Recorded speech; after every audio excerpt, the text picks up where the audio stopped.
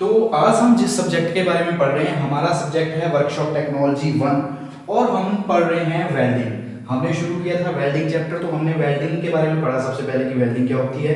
फिर हमने नेक्स्ट बार बात की थी गैस वेल्डिंग के बारे में। आज जो हम शुरू कर रहे हैं, आज हम शुरू कर रहे हैं आर्क वेल्डिंग कि आर्क वेल्डिंग क्या होती है, आर्क वेल्डिंग प्रोसेस क्या होती है, आर्क वेल्डिंग कैसे स्टार्ट होती है, आर्क वेल्डिंग की कौन कौन सी मशीनें होती है, किन मशीनों से हम आर्क वेल्डिंग कर रहे हैं। तो आज के इस चैप्टर में हम पढ़ेंगे आर्क वेल्डिंग के बारे में। इससे पहले जो हमने लास्ट लेक्चर में किया था, उस लेक्चर में हमने पढ़े थे वेल्डिंग चैप्टर में ही गैस वेल्डिंग के बारे में। तो आज हम शुरू कर रहे हैं आर्क वेल्डिंग। तो आर्क वेल्डिंग में सबसे पहले हमें पता होना चाहिए कि आर्क वेल्डिंग क्या होती है।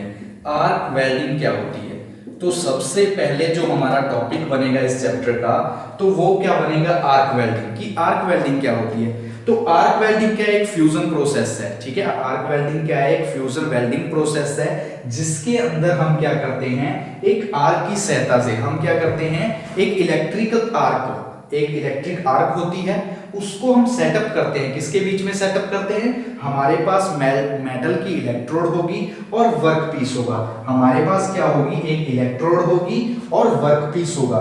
वर्कपीस के बीच में हम क्या करेंगे, जो अपनी इलेक्ट्रिक आर्क है उसको सेटअप करेंगे, उसको बोल देते हैं आर्क वेल्डिंग। कि आर्क वेल्डिंग क्या है, it is A fusion process, या फिर बोल सकते हो फ्यूजन वेल्डिंग प्रोसेस। कि क्या है, it is A fusion welding process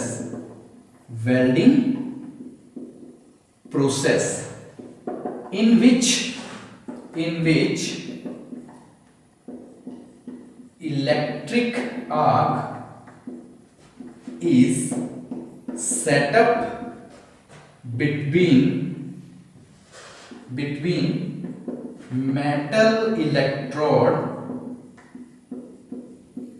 and workpiece. तो वेल्डिंग में, आर्क वेल्डिंग में हमने क्या लिखा है, एक फ्यूजन प्रोसेस है, यानी कि एक हीटिंग वेल्डिंग प्रोसेस है, जिसके अंदर हम इलेक्ट्रिक आर्क को सेटअप करते हैं। किसके बीच में सेटअप करते हैं, हमारी मेटल इलेक्ट्रोड, यानी कि ये हमारी क्या है, मेटल इलेक्ट्रोड, और ये हमारा नीचे क्या है, वर्कपीस। इन दोनों के बीच में हम क्या करते हैं, इलेक्ट्रिकल आर्क को सेटअप करते हैं, प्रोड्यूस करते हैं, जिसकी वजह से हम उन दो जॉइंट्स को क्या करते हैं, जोड़ देते हैं, दो पार्ट्स को आपस में जोड़ते हैं, रिपेयर करते हैं। तो ये है आर्क वेल्डिंग। ये क्या है, आर्क वेल्डिंग। कि आर्क वेल्डिंग में हमने क्या करना है, वेल्डिंग प्रोसेस है, इलेक्ट्रिकल आर्क सेटअप करते हैं। किसके बीच में सेटअप करते हैं, मेटल इलेक्ट्रोड और वर्कपीस के बीच में। अगर हम बात करें इलेक्ट्रिक आर्क वेल्डिंग की, तो इलेक्ट्रिकल आर्क वेल्डिंग भी क्या है, सेम एक प्रोसेस है, जिसके अंदर हम दो पार्ट्स को जोड़ते हैं, दो पार्ट्स को जोड़ते हैं, किसकी सहायता से, आर्क की सहायता से। कि अगर हम इलेक्ट्रिक आर्क वेल्डिंग की बात करें, सेम ही होती है। इलेक्ट्रिकल आर्क वेल्डिंग में हम क्या बोल सकते हैं कि ये एक प्रोसेस है, जिसके अंदर हम जॉइंट्स को जोड़ते हैं with the help of arc, या फिर हम आर्क की जोड़ देते हैं। उसके बाद हम प्रेशर का यूज करना चाहे तो प्रेशर का यूज भी कर सकते हैं आर्क वेल्डिंग में। अगर नहीं यूज करना तो भी हम आर्क वेल्डिंग प्रोसेस कर सकते हैं। इसी प्रकार फिलर मेटल का यूज हम कर भी सकते हैं, और अगर हम चाहते हैं कि अगर हमें रिक्वायरमेंट नहीं है तो हम फिलर रोड का, फिलर मेटल का यूज नहीं करेंगे, तो भी हम क्या करेंगे, वेल्डिंग का जॉइंट बना सकते हैं। तो आर्क वेल्डिंग आपने समझी। इलेक्ट्रिकल आर्क वेल्डिंग में क्या हो जाएगा, इलेक्ट्रिक आर्क वेल्डिंग, ये भी सेम है। इसमें क्या हो जाएगा, इलेक्ट्रिकल आर्क वेल्डिंग में, या इलेक्ट्रिक बोल सकते हो, कि it is a welding process where coalescence is produced by heating the arc. कि जो हमारे बीच क्लोजन्स होता है वो कैसे होता है, हीटिंग द आर्क। ठीक है, हीटिंग द आर्क कि जो हमारी आर्क है हम उसको क्या करेंगे, हीट करेंगे। हीटिंग द आर्क, जल्दी बोल सकते हो, हीटिंग विद एन आर्क। कि आर्क की सहायता से हम क्या करेंगे, जॉइंट को क्या करेंगे, हमारे वर्कपीस को क्या करेंगे, जोड़ेंगे, विद और without the application of pressure, with और without the use of filler metal. कि हम फिलर मेटल का यूज कर भी सकते हैं और नहीं भी कर सकते।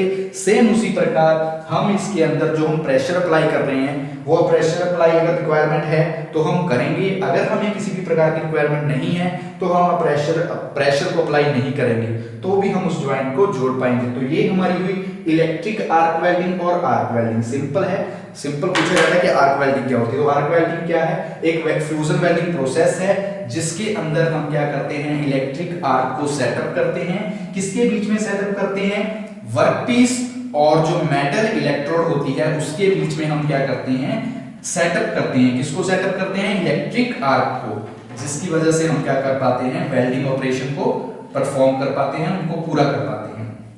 अब हम बात करेंगे प्रिंसिपल ऑफ आर्क वेल्डिंग। अब हम जो हमारा नेक्स्ट टॉपिक है वो है प्रिंसिपल ऑफ आर्क वेल्डिंग।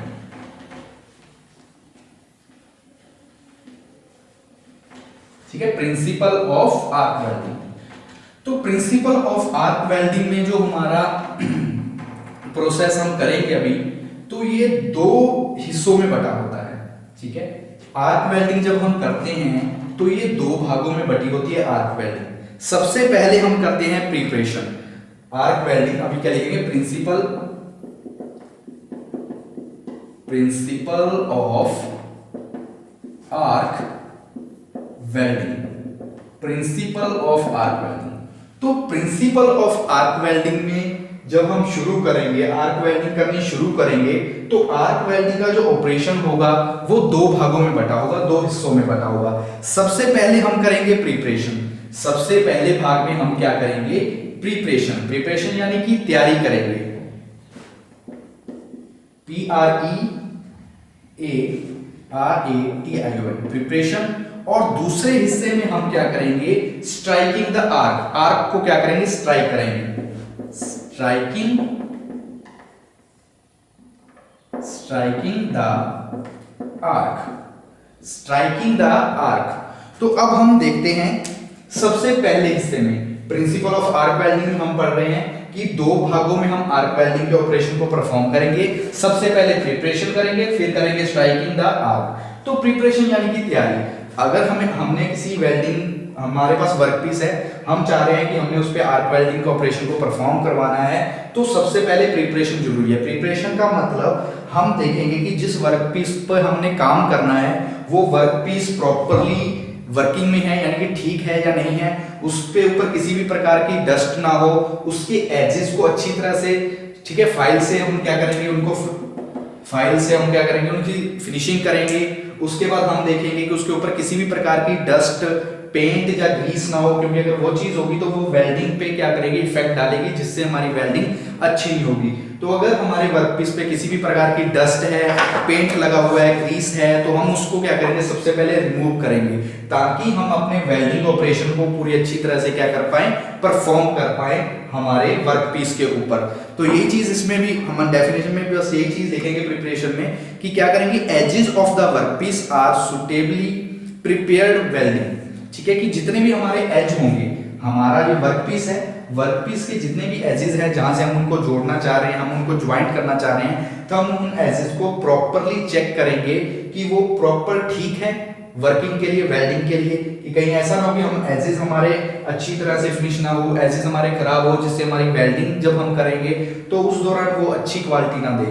तो इसलिए सबसे पहले हम क्या करेंगे, जो भी एजेस हैं हमारे, किसके एजेस हैं, वर्कपीस के, उनको अच्छी तरह से क्या करेंगे, चेक करेंगे। उसके बाद क्या करेंगे, उसके ऊपर जितनी भी वर्कपीस के ऊपर डस्ट है, रस्ट है, पेंट है या ग्रीस है, उन सभी को क्या करेंगे, हम अच्छी तरह से साफ करेंगे, ताकि हमारा वेल्डिंग एरिया जहां से हम वेल्डिंग करना चाहते हैं वहां पे वेल्डिंग प्रॉपरली हो और एक अच्छी क्वालिटी के साथ वेल्डिंग हो। ठीक है, तो बस यही चीज हम करेंगे। उसके बाद हम क्या करेंगे, प्रिपरेशन में हमने क्या किया, सबसे पहले वर्कपीस पे जो भी डस्ट वगैरह थी सब कुछ रिमूव कर दिया। उसके बाद हम क्या करेंगे, जो भी इसकी वायर्स है, मतलब पावर सप्लाई के लिए हमें क्या वायर्स होती है करंट, क्योंकि इलेक्ट्रिकल है तो हमें इलेक्ट्रिकल के लिए पावर सोर्स की जरूरत होगी। तो पावर सोर्स के लिए हमारी जितनी भी वायर्स होंगी, जितनी भी केबल्स होंगी, हम उनको प्रॉपरली चेक करेंगे कि वो केबल्स अच्छी तरह से मशीन के साथ कनेक्टेड है, वो प्रॉपरली है, कहीं से वो टूटी हुई तो नहीं है। तो वायर्स को भी चेक करेंगे कि पावर सप्लाई जो है प्रॉपरली आ रही है, नहीं आ रही, वोल्टेज ज्यादा तो नहीं आ रही, करंट ज्यादा तो नहीं आ रहा है, कम तो नहीं आ रहा। तो ये सारी चीजें हम किसमें करेंगे, प्रिपरेशन में, before striking the arc. Arc मतलब स्ट्राइक करवाने से पहले, वेल्डिंग करने से पहले हम ये सारी चीजें चेक करेंगे, हमारे वर्कपीस के रिगार्डिंग, हमारी वायर्स के रिगार्डिंग, हमारी मशीन के रिगार्डिंग, पावर सप्लाई के रिगार्डिंग, इलेक्ट्रिकल के रिगार्डिंग, कि हमें स्ट्राइकिंग जब हम शुरू कर दे तो उस दौरान हमें किसी भी प्रकार की कोई दिक्कत ना आए। तो ये चीज अभी प्रिपरेशन में अच्छी तरह समझे कि प्रिपरेशन में हम वर्कपीस के ऊपर जितनी भी डस्ट वगैरह होगी, रस्ट होगी, ग्रीस होगा, पेंट होगा, उन सबको रिमूव करेंगे। इसके एजेस को अच्छी तरह से चेक करेंगे कि वो प्रॉपरली वर्किंग में है या नहीं, मतलब अच्छी तरह से ठीक है, वेल्डिंग करने के सुटेबल है। उसके बाद हम जितनी भी पावर सप्लाईज वायर्स हमारी कनेक्टेड है, हम वायर्स को प्रॉपरली चेक करेंगे कि वायर वर्किंग कंडीशन में है। करंट वगैरह जो वोल्टेज हो रही है, फ्लो की हो रही है करंट की, उन सब चीजों को चेक करेंगे कि वो प्रॉपरली वर्किंग में है हमारे पावर सप्लाई या ना। इलेक्ट्रिकल पावर को चेक करेंगे। तो ये सारी चीजें हम करेंगे प्रिपरेशन में।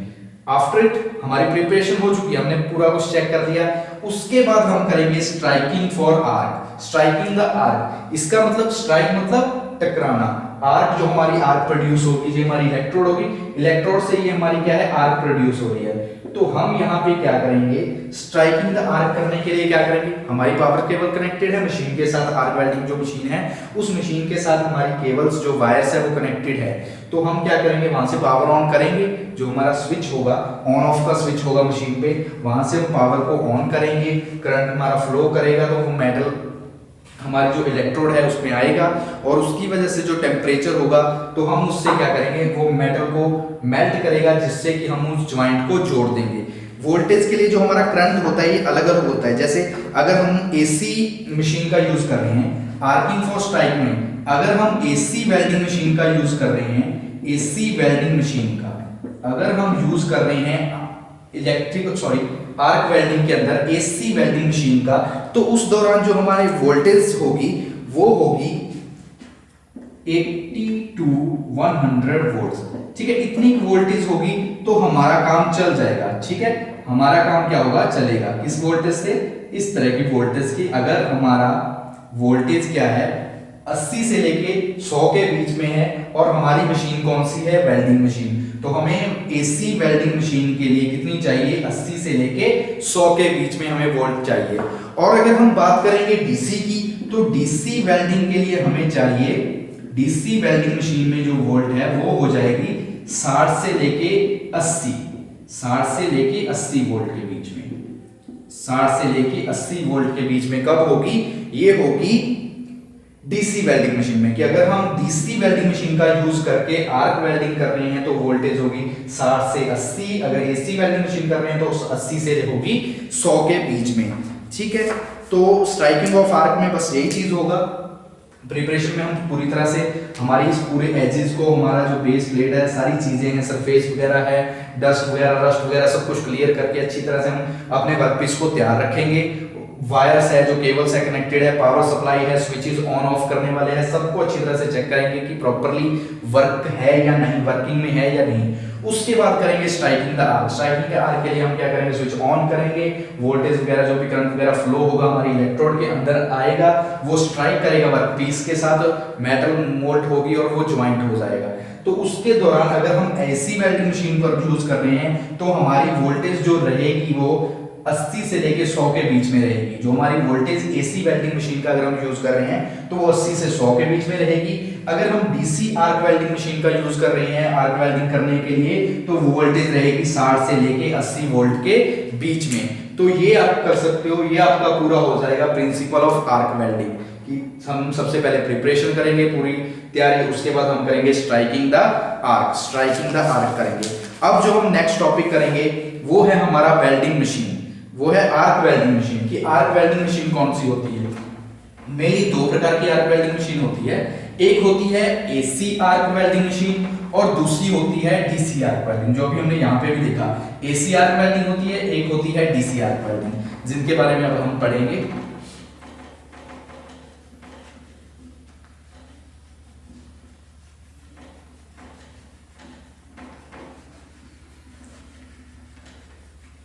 ठीक है, एसी आर्क और डीसी आर्क। टॉपिक अपना कौन सा बनेगा, आर्क वेल्डिंग मशीन। की आर्क वेल्डिंग की कौन कौन सी मशीनें होती है।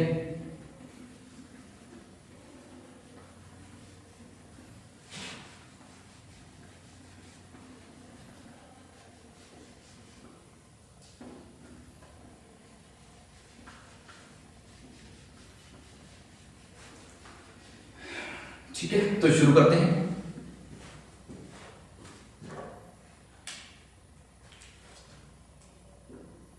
ठीक है। आर्क वेल्डिंग मशीन हमारा टॉपिक कौन सा है? Arc welding machines. Arc welding machines, arc welding machines मतलब ऐसी वेल्डिंग मशीन्स जिनका यूज हम आर्क वेल्डिंग के लिए यूज कर रहे हैं, हम आर्क प्रोड्यूस करने के लिए यूज कर रहे हैं, उनको आर्क वेल्डिंग मशीन बोल देते हैं। जैसे कि लिखा हुआ है कि इन आर्क वेल्डिंग प्रोसेस की कोई भी आर्क वेल्डिंग प्रोसेस होती है जो welding is done by using electrode in holder, कि हर आर्क वेल्डिंग के अंदर हमें क्या चाहिए होता है? एक होल्डर की जरूरत होती है। होल्डर किस लिए चाहिए होता है? जो हमारी इलेक्ट्रोड होती है उसको होल्ड करने के लिए आर्क वेल्डिंग में हमें एक होल्डर चाहिए होता है। होल्डर किस लिए होता है? जो हमारी इलेक्ट्रोड होती है उस इलेक्ट्रोड को होल्ड करने के लिए हमें किसका जरूरत होती है? होल्डर की जरूरत होती है। उस दौरान उसमें टेम्परेचर भी क्या होता है? बहुत ज्यादा होता है। जो टेम्परेचर फ्लो करता है ना, वो चीज काफी ज्यादा होती है इलेक्ट्रोड के अंदर, इसलिए उसको होल्ड करने के लिए हमेशा एक होल्डर की जरूरत होती है, ताकि हम अच्छी तरह से वेल्डिंग प्रोसेस को, जो हम आर्क वेल्डिंग कर रहे हैं, उसको पूरी तरह से कर पाए। तो वेल्डिंग मशीन में, आर्क वेल्डिंग मशीन में हम सबसे ज्यादा आपको बताया कि दो तरह की मशीन होती है। एक होती है AC welding machine, AC arc welding machine, AC arc welding machine, और दूसरी जो होती है वो होती है DC arc welding machine, DC arc welding machine. ठीक है, दो प्रकार की होती है, और मोस्टली जो आजकल यूज हो रही है वो हम ज्यादातर यूज करते हैं डीसी आर्क वेल्डिंग मशीन का। जो हम यूज करते हैं मेनली वो हम करते हैं डीसी आर्क वेल्डिंग मशीन का। ठीक है, इन वेल्डिंग मशीन्स का हम यूज क्यों करते हैं, हमें क्यों जरूरत होती है? ताकि हम एक सुटेबल जो वोल्टेज है वो बना के रखें। हम वेल्डिंग मशीन का यूज क्यों करते हैं? ताकि एक सुटेबल हमें जो चाहिए, यानी कि सुटेबल बोल सकते हो, जस्ट स्टेबल बोल सकते हो। अगर हमें स्टेबल वोल्टेज चाहिए तब हमें किसका यूज करते हैं? तब हम यूज करते हैं वेल्डिंग मशीन का। किसका यूज करते हैं? वेल्डिंग मशीन का। कि हमें अगर स्टेबल वोल्टेज चाहिए तो वेल्डिंग मशीन का यूज करेंगे। उसके बाद अगर हमें, जैसे इन्होंने लिखा है कि स्मूथ करंट के लिए, कि अगर हम चाहते हैं कि जो हमें करंट फ्लो हो रहा है वो स्मूथली हो, प्रॉपरली हो, यूनिफॉर्म में हो, तब भी हम यूज करते हैं वेल्डिंग मशीन का। तब भी हम किसका यूज करते हैं? वेल्डिंग मशीन का यूज करते हैं। जो वोल्टेज वगैरह होती है उसको कम ज्यादा करने के लिए भी वेल्डिंग मशीन का यूज करते हैं।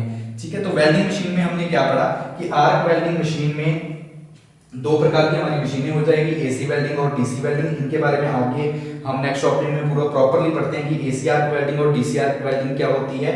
हमने क्या पढ़ा कि दो प्रकार की हमारी वेल्डिंग होती है मशीन, एसी आर्क और डीसी आर्क वेल्डिंग।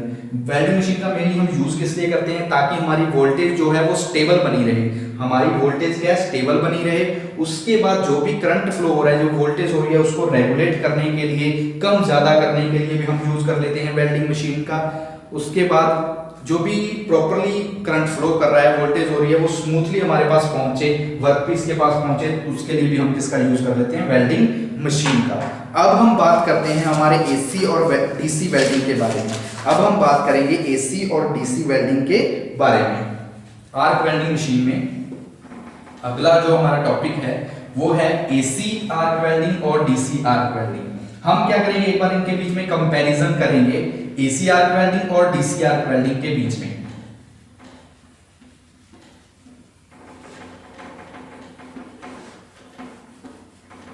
ठीक है, हम कर रहे हैं कंपैरिजन, दोनों के बीच में हम क्या कर रहे हैं? कंपैरिजन कर रहे हैं कि एक सॉरी एक तरफ मान लीजिए आपके पास है एसी आर्क वेल्डिंग, एक पास मान लीजिए एक बार आपके पास है एसी आर्क वेल्डिंग, इसी प्रकार दूसरी तरफ आप मान लीजिए आपके पास है DC arc welding, DC arc welding. हम इन दोनों के बीच में कर रहे हैं कंपैरिजन। तो कंपैरिजन कर रहे हैं तो सबसे पहले हम बात करेंगे एसी आर्क वेल्डिंग की, कि एसी आर्क वेल्डिंग में क्या होगा। जो एसी आर्क वेल्डिंग होती है उसके अंदर हम यूज करते हैं अल्टरनेटिव करंट का।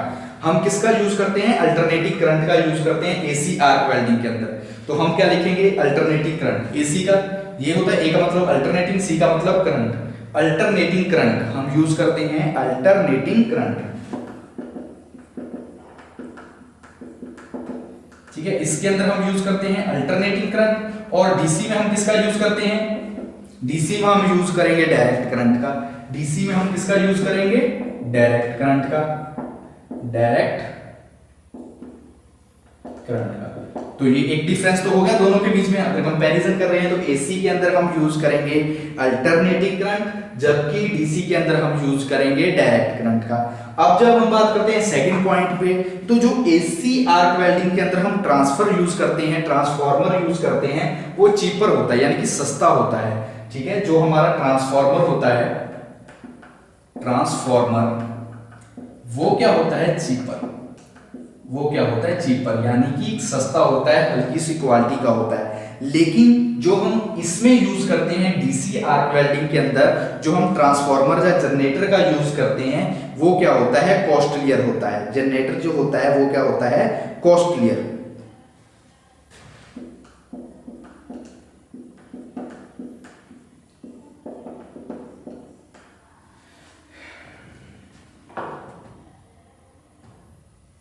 Costlier, sorry, COSTLIER, costlier. कि जो हम जनरेटर के अंदर यूज, सॉरी, डीसी वेल्डिंग के अंदर हम यूज करेंगे जनरेटर, वो होगा कॉस्टलियर यानी कि महंगा होगा, जबकि हम ट्रांसफार्मर जो एसी वेल्डिंग के अंदर यूज करेंगे वो चीपर होगा यानी कि सस्ता होगा। नेक्स्ट पॉइंट की बात करते हैं, maintenance of transfer is easier. इसकी जो मेंटेनेंस होती है वो क्या होती है, इजी होती है, मेंटेनेंस इजी। ठीक है, इसके अंदर एसी वेल्डिंग के अंदर हम जो भी वेल्डिंग मशीन यूज करते हैं उसकी मेंटेनेंस हम आसानी से कर सकते हैं, इजीली मेंटेन कर सकते हैं। इसका मेंटेनेंस क्या होता है, कॉस्टली होता है। मेंटेनेंस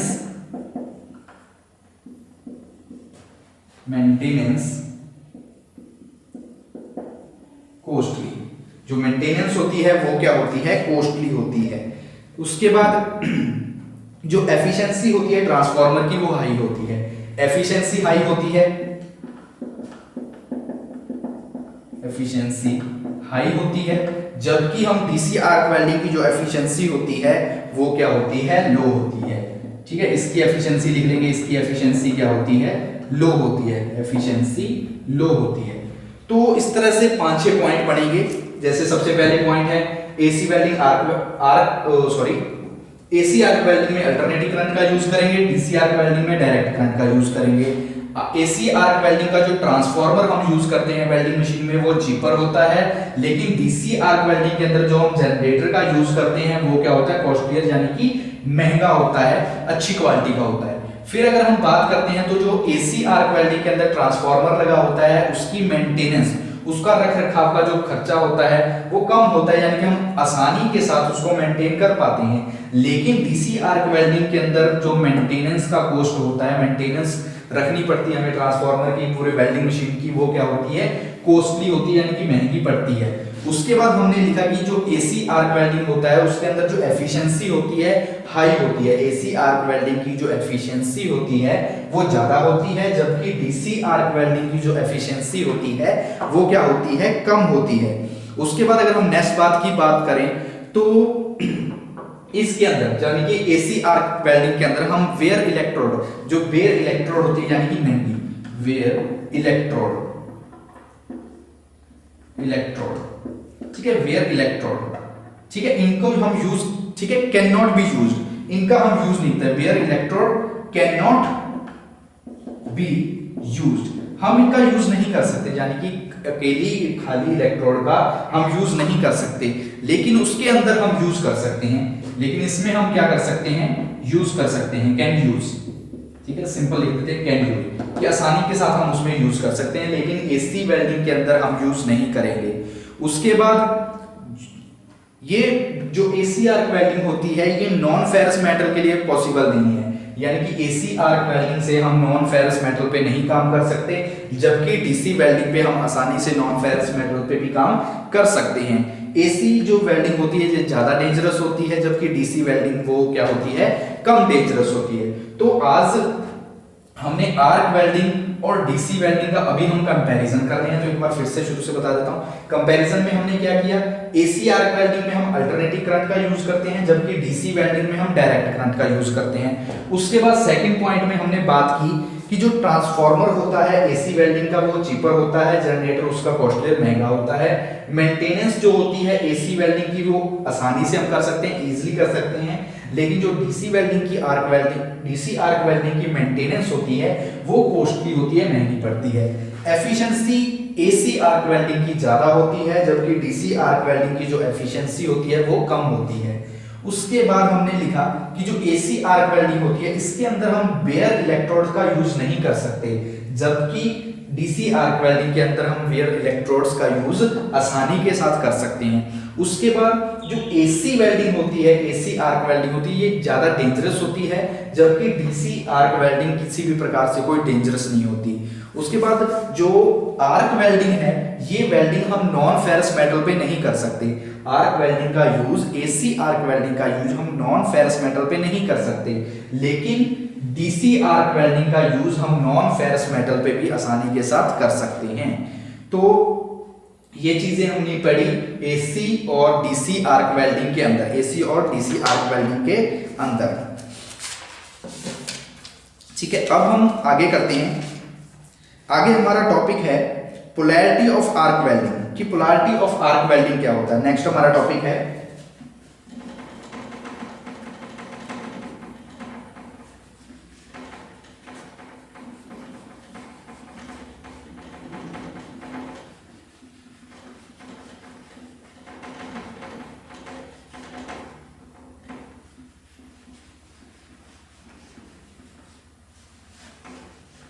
ठीक है, पोलैरिटी ऑफ आर्क वेल्डिंग।